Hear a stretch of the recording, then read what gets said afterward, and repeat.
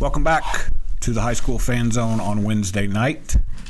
Reminder that Wednesday nights from here until the end of the school year will be Friendship, Lubbock Cooper, and Liberty, 6 to 7 p.m.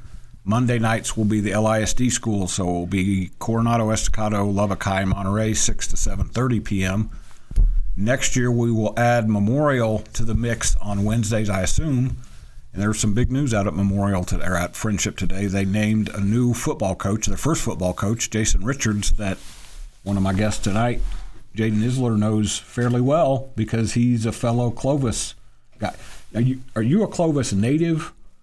Yeah, for most of my life. I grew up on a ranch town, Grady, New Mexico, about 30 miles from there. But I went through all my middle school and high school years there, and then spent time coaching there and everything else. Now, Jason's he's between you and Cal Fullerton age-wise. Yeah. But he gave me a little bit of background. He was a quarterback at Clovis. That's big stuff in Clovis, New Mexico, to be the quarterback of the football team. Yeah, absolutely. Very rich football history and sports history in Clovis, and yeah, I got to grow up watching Jason, and obviously he's a heck of a coach, and I think that's a really good hire for those guys. I believe he said he played for a pretty good basketball coach too. Yeah, my dad got to coach a lot of those football guys. The one thing we had there is, when the football team was really good, then when those athletes were over on the basketball floor too, they had good basketball teams as well. So, a lot of football basketball crossover back in those days. Well, we're going to shift over and talk about Lubbock Cooper now because that's what we're supposed to be talking about. You guys won a pretty tight, emotional game last night. I believe this young lady had something to do with it at the end. 44-42 at Coronado last night. Second win in a row. I'm going to let you explain what happened and then have Konli kind of add. Konli Johnston's our other guest here tonight. Yeah, at this point in the season, we're right in the fight for a playoff spot, and we've kind of talked every one of these as the biggest game just because it's the next one, and trying to take them one at a time and get in the flow of winning big district games, and that kind of prepares you to try to win big playoff games. And Coronado's got a good team and came in with a good game plan, and it was just neck and neck the whole way. Found ourselves down 4 with about 50 seconds left in the game, and some of these kids made some big plays down the stretch, and then Konli kind of put the icing on the cake and hit a big 3 with about 15 seconds left to seal it for us. All right, Konli, now you get to talk about it. Coach mentioned you guys were down. He's talking to you in the huddles. You guys are you have a lot of youth on your team. I know you have some older players, but you guys are kind of going through some of this the first time.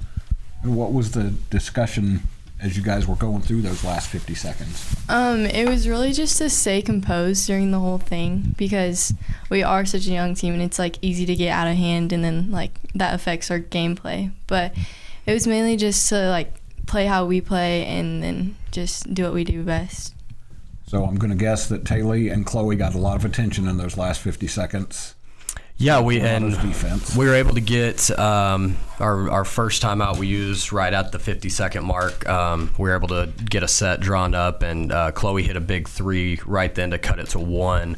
And then we got 2 good traps that forced them to call a couple timeouts in a row. And out of that third one, we finally got somebody to fumble one and came up with the basketball. We got to the rim. It got blocked out of bounds, and we used our other timeout to drop the last play. And then Konli's girl actually ended up doubling onto the option that we had started with. And we've been on Konli about shooting open shots all year because she's a very capable shooter, and man, she stepped up right when she needed to and didn't hesitate and knocked the thing down with 15 seconds left. So exciting in a lot of ways. 1, to win a big game that we needed to win, and 2, for Konli to have a moment like that. That's what you want as an athlete. You want those big moments, and you want the ball in your hand. And what better way to have some confidence moving forward than knocking down a clutch one. You had a shot like that before, Konli, or was that the first time? That was definitely the first time. That's something to grow on. You're a sophomore, so you can take that with you the next couple of years. That leaves the Lubbock Cooper girls right in the hunt. As Jaden said, it's them, Lubbock High, and Plainview right now kind of jockeying back and forth for that number 4 spot. That doesn't mean they can't climb up, but that's where they are right now. just coincidentally, you go on the road to Plainview on Friday, so there's a chance to chop some more wood. We're going to talk more about the Lady Pirates and what's going on with their season when we come back after the break on the Pirate Fan Zone on 100.7 The Score. Breaking down Lubbock Cooper sports. This is the Pirate Fan Zone podcast from 100.7 The Score. Who I told Coach this the other day after talking to you and Abrielle for the podcast. You guys don't seem like freshmen and sophomores. I've got a 16-year-old at home that I hope is as mature as you. I'll get in trouble if she listens to that, but I don't have to worry about her listening to it. You guys, that helps on the basketball court. It helps in any realm of life, but you guys feel like freshmen and sophomores when you're out there? Or have you kind of had to grow up quickly with this team this season? I think there's like moments where we feel like freshmen and sophomores whenever like our seniors have to like help us like direct us on plays and stuff. But most of the time, just during the basketball game, it just feels like we're all the same age. And well, I know with you, you've got an older sister because my daughter has an older sister too, and y'all try to grow up quicker so that you can hang out with that crowd. Yes, sir. Now, I'm not going to ask Coach the question about if you guys seem like freshmen and sophomores all the time because he might have a different answer because coaches look at things a little bit different. He's got a little girl at home, so someday he's going to have to get used to. I'm getting lots of practice right now. Yes, you are. This is a good practice. It's like a two-way street. It's good practice with your little girl. It's good practice for you to have a little girl to coach. Yeah, absolutely. And it's been fun. I've got to bounce around between college men, girls in my first head job, big school boys job, and then back onto the girls side. So it's kind of neat to get the perspective of just going from the guys side to the girls side, which we don't really coach any different at all. Nope. Or I never have. I know some people may, but yeah, it's a different dynamic. Girls are way more fun to hang around at this age than guys are. I'll tell you that. Well, my wife and I discussed that the other day. Please, if you don't get mad at your boyfriend for this, but guys just don't mature very fast. No. It takes us a lot longer than you guys do. We're getting into Dr. Phil stuff here.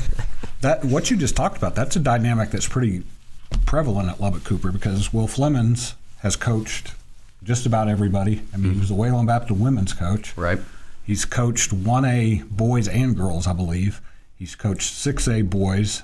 And then Trevor Burkhead just made that transition from coaching boys soccer to girls soccer. You guys you can get together and have discussions and figure out how things work. Yeah, there's a lot of experience. That's one thing that's just great about being at Lubbock Cooper is just the talent of coaching staffs that we have over there is phenomenal. Obviously we split a lot of athletes with volleyball and bringing Coach Moffitt on over there, and so obviously we're right down the hall from each other. So, you talk about experience or just how to handle situations. There's just a lot of coaching or coaches in our locker rooms and on the field, off the field that we can just bounce ideas off of and get advice from. So that's a really nice thing to have at the high school level to have that much talent in the coaching staffs. Konli, you're a volleyball player also? Yes, sir. I'm always intrigued by because Coach Moffitt and Coach Isler are very different personalities, just in a good way. Do you like having two different kind of coaches that you play for during the school year? I do because it's a good opportunity to learn like new things from different people, and it's just like a better way to like grow at your sports, if that makes sense. No, it does, and I enjoyed watching your sister played for Coach Moffitt this year because I think Coach Hill was incredible as well. But I think he brought something a little bit more out of your sister. He lit a fire under her a little bit more. So you guys' fire is obviously lit with these last two games. I didn't mean to try to sound hit there. Jaden, I mentioned this. This is a win that's good for you now. But with these young girls, especially one that hits the game-winning shot, that's a good building block for the next few years as well that you can kind of in practice and on game nights when it gets tight. So you remember when we did this and how this paid off?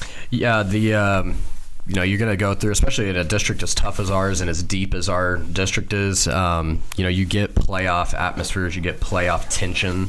in the battle to get in the top 4 with that many teams. So whether it's a win or a loss right now, for us, I think there's a ton of value that we're getting just by the quality of play, the quality of opponents, how locked in, how well you have to prepare night in and night out. If you don't prepare or don't do things the right way, it gets exposed. And for us having younger, newer players on the team, that's something that's going to be invaluable for all those kids as we try to make a push this year and in the future. But it's something that we can take right now into what we're doing, and trying to get into the playoff mix. And then nights like the experience Konli got to have the other night is not being afraid of a moment and making a big shot when you had to, and not thinking in that moment. That's not how a freshman or a sophomore player would react. That's how a varsity basketball player would react. And I think we've done a lot of growing up over the season. That feel a little bit different than taking a shot in practice? Way different. What coach just said there, did you think about it? Were you thinking this is a big shot and a big moment, or did you just do what you were trained to do? I really didn't think about it at all. I was just doing what I was trained to do, and I wasn't even expecting to shoot it, but it just happened to be me. Did they leave you wide open enough where you realized, I better take this shot? Yes. That's Coach gross. Miller might have killed her if she didn't take that one. You don't want coaches mad at you. No. No, that's a good answer right there. We mentioned Plainview Friday night, and that can be, I'm married to a Plainview girl, that can be a very tough environment when they get going. Their style is different than you guys. We talked about Estacado style. When Morgan comes on, she's probably going to kick me if we talk too much about Estacado style. Plainview wants to go up and down, and they want to fire up shots quick, and they get at home. If their home crowd is into it, that can affect young players. How do you guard against that? I don't think we really guard against the atmosphere or of what comes with playing on the road. I think we've had a heavy road side to our district season already, so we've been playing in those environments. We've played really good teams in those environments. Really it just kind of comes down to our prep work. Like if we feel confident in the prep and confident in the scout, and that just gives you the confidence to go play the game and play on reaction. And kind of like Konli said, like there's no real time to think about the moment when you're in the middle of it. It's just play the next play. What's my assignment? Can I do my job in detail? And then you just get to go play really hard and try to have another big moment. And those big moments figure to be pretty big down the stretch here for Lubbock Cooper, starting Friday at Plainview. That game will be right here on 100.7 The Score with Silas Polite and Will Truby. We'll be back on the High School Fan Zone after the break with the Patriot Fan Zone. I'm Randy Rosetta.